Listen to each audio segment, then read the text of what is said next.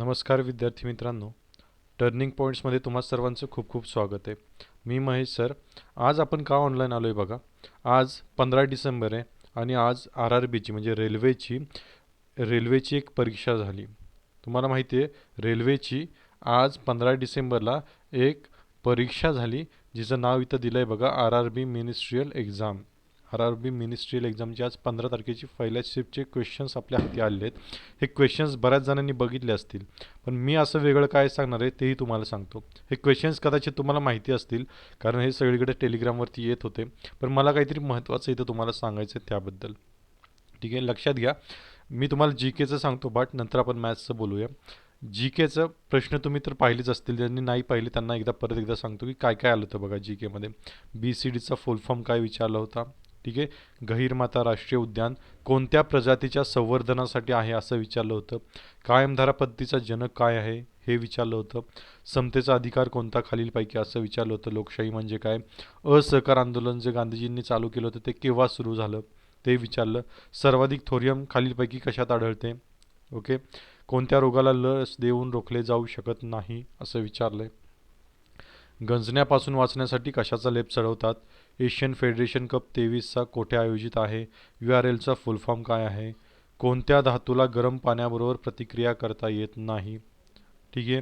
कोणत्या क्षेत्राला संरक्षण देणे घटनेत नाही. संवाद कौमुदीचे लेखक कोण आहेत. बल म्हणजे काय. पहिल्या पिढीचा कम्प्युटर कशावर आधारित होता. विस्थापन म्हणजे काय. लॉ ऑफ इनर्शिया ज्याला आपण जडत्वाचा नियम म्हणतो, तो लॉ ऑफ इनर्शिया म्हणजे काय. मेमरीचे सर्वात मोठे एकक कोणते. पहिला गुलबेकियन पुरस्कार कोणाला दिला आहे. जर्मन बुक संस्थेकडून शांती पुरस्कार कोणाला देण्यात आला. असे 21 प्रश्न आपल्याला मिळाले आहेत पहिल्या शिफ्टचे. ठीक आहे, मिनिस्ट्रियलची जी RRBची एक्झाम झाली होती आज, रेल्वेची मिनिस्ट्रियलची जी एक्झाम झाली त्यासाठी. आता आपण 28 तारखेपासून NTPCची एक्झाम देणार आहात, बरोबर. आणि मार्च महिन्यापासून RRB ग्रुप Dची परीक्षा येणार आहे तुमची, बरोबर. त्यामुळं तुम्हाला कसे प्रश्न येतील नेमकं याचा एक अंदाज आता आलेला असेल. आता उद्यापासून अजून तुम्हाला त्याचे शिफ्टमधले क्वेश्चन्स अजून कळतील, अजून कन्सेप्ट्स क्लिअर होतील. पण आम्ही जे पहिल्यापासून जे सांगत होतो की ह्या बेसवरती प्रश्न येऊ शकतात. प्रत्येक विषयाचं आणि प्रत्येक घटकाचं NTPCचं स्पेशली आम्ही जे काही विश्लेषण केलं होतं त्याचबरोबर त्याच मुद्द्यांवरती प्रश्न विचारलेत. म्हणजे असं काही हवेत सांगत नाही आहे. परवाच्या दिवशी तुम्हाला एक PDF दिली होती, त्यामध्ये भूगोलाचं पूर्ण आपण विश्लेषण केलं होतं. तुम्हाला आठवत असेल, काही काहींनी पाहिलंही असेल ते PDF. आपण ग्रुपवरती सुद्धा मी शेअर केलं होतं, सगळ्यांना शेअर केलं होतं ते PDF की NTPC RRB NTPC railway NTPC परीक्षेसाठी भूगोलावरती नेमके कसे प्रश्न विचारले गेलेत आणि आत्ता कसे कसे प्रश्न विचारण्याची शक्यता आहे, तुम्हाला अभ्यास कसा करायचा आहे हे मी विचारलं होतं. आता बघा, इथं एक भूगोलाचा प्रश्न दिसतोय तुम्हाला, इथं एक दिसतोय NTPCला जास्त येतील. ठीक आहे.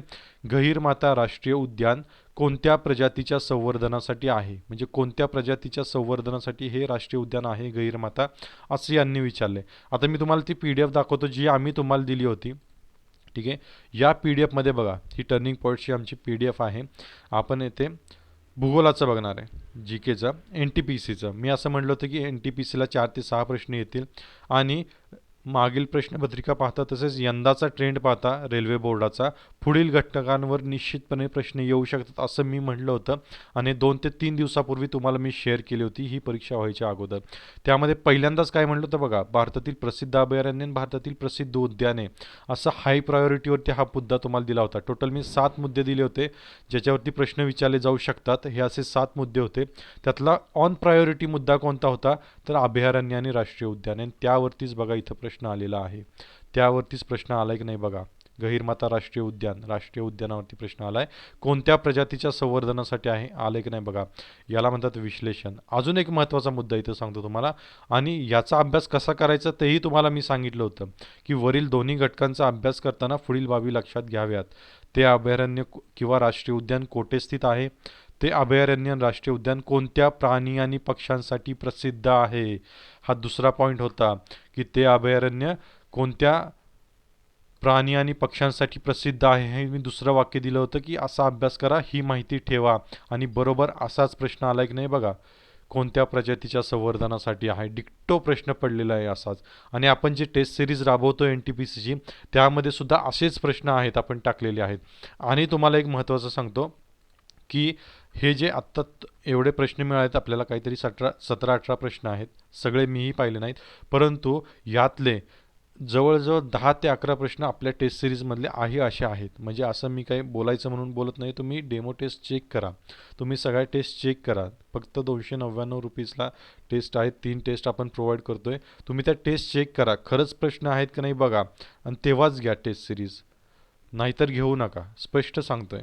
तुम्ही एकदा क्वेश्चन चेक करा. अगदी राष्ट्रीय उद्यान आपल्याकडे आहे, कायमधारा पद्धतीचा जनक मी सांगितलं होतं काय आहे, समानतेच्या अधिकाराबद्दल आपण राज्यघटनेमधला प्रश्न विचारला होता, असहकार आंदोलन कधी चालू झालं हा सुद्धा प्रश्न विचारला होता. म्हणजे असे बरेच आहेत.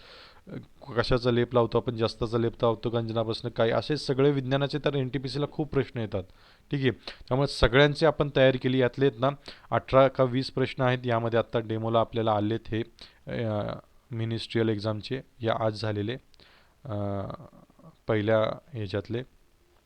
त्यातले 10 ते 11 प्रश्न हे आपल्या टेस्ट सिरीजमधले आहे असे आहेत. म्हणजे अजून मी चेक केले नाहीत पुढचे, पण GKचे आहे असे प्रश्न आहेत. म्हणजे आता तुम्ही विचार करा, कारण का एवढं का मी तुम्हाला जीव तोडून सांगतोय की हे जे ॲनालिसिस आहे ना ते आम्ही खूप विचार करून आणि खूप अगदी त्याचं पूर्ण विश्लेषण करून हे बनवलं. हे जे तुम्हाला दिलं होतं भूगोलाचं ॲनालिसिस, हे खूप विश्लेषण करून बनवून, आणि हे मी सगळ्यांना स्प्रेड केलं होतं, सगळ्यांना म्हणजे सगळ्यांना.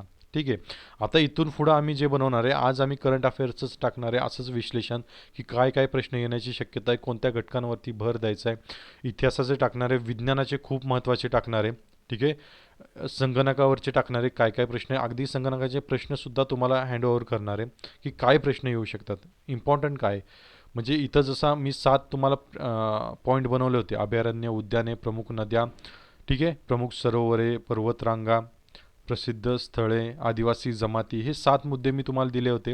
कसे प्रश्न विचारतात, अभ्यास कसा करायचा ते सुद्धा खाली मी तुम्हाला एक्सप्लेन केलं होतं, की माहिती कशी गोळा करायची हे सुद्धा मी तुम्हाला एक्सप्लेन केलं होतं. हे जर PDF बऱ्याच जणांनी पाहिलं आहे, बऱ्याच जणांचे फीडबॅकसुद्धा आले होते, पण ज्यांनी पाहिलं नसेल त्यांनी एकदा नक्की पाहून घ्या. ठीक आहे, असे रोजच्या रोज तुम्हाला मी ॲनालिसिस प्रोव्हाइड करणार आहे, आम्ही तुम्हाला याचं नक्की ॲनालिसिस प्रोव्हाइड करणार आहे, हे लक्षात ठेवा. कारण आत्ता जे तुम्हाला दाखवलं मी, हे फक्त एक ट्रेलर आहे. आता पहिली एकच शिफ्ट झाली आहे, तुम्हाला कळेल की कसे आपल्या आपल्या टेस्ट सिरीज जे आम्ही एकदम पूर्ण अभ्यास करून जी टेस्ट सिरीज बनवली आहे त्याचा तुम्हाला 100% फायदा होणार आहे, हे लक्षातच ठेवा. ठीक आहे, कारण मी तर म्हणतानाच म्हणलं होतं की जो काही ट्रेंड आहे तो ट्रेंड बघता ह्या मुद्द्यांवरती प्रश्न येणारच आहेत. मग असा जर तुम्ही अभ्यास केला आणि तुमचे मार्क्स जाणार नाहीत, हे लक्षात ठेवा. मॅथ्सचा जर विचार केला तर मॅथ्सचं सुद्धा अगदी सरांनी जे काही प्रश्न डिझाईन केले होते टेस्ट सिरीजमध्ये, जे काही तुमचे प्रश्न आहेत त्या प्रश्नांवरतीच विचारलं गेलेलं आहे, हे लक्षात ठेवा. तो आपण जो म्हणतो ना की एक हे असतो,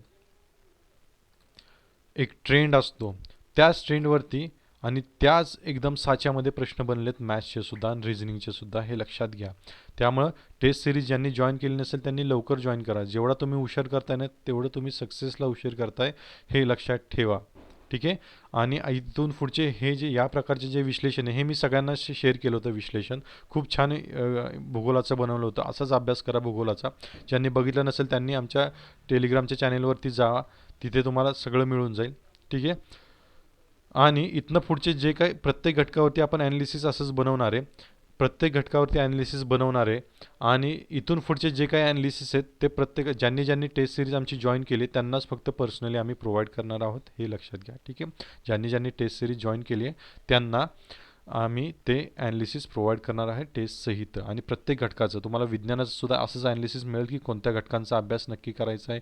करंट अफेअर्स जे खूप महत्त्वाचा ट्रेंड चालला आहे तो मिळेल तुम्हाला, की नक्की कोणते प्रश्न करायचे आहेत. अगदी डिटेलमध्ये तुम्हाला त्याचा ॲनालिसिस मिळेल. ठीक आहे, इथं जे नंबर दिसत आहेत त्या नंबरवरती कॉन्टॅक्ट करा. हे टर्निंग पॉईंट्स ॲप जे ते डाउनलोड करा आणि तुम्ही ह्या टेस्ट सिरीजसाठी एनरोल व्हा. तुम्हाला नक्की म्हणजे 100% त्याचा फायदा होणार आहे. ठीक आहे, काही डाऊट्स असतील तर नंबरवरती नक्की विचारा. Thank you very much. थँक्यू.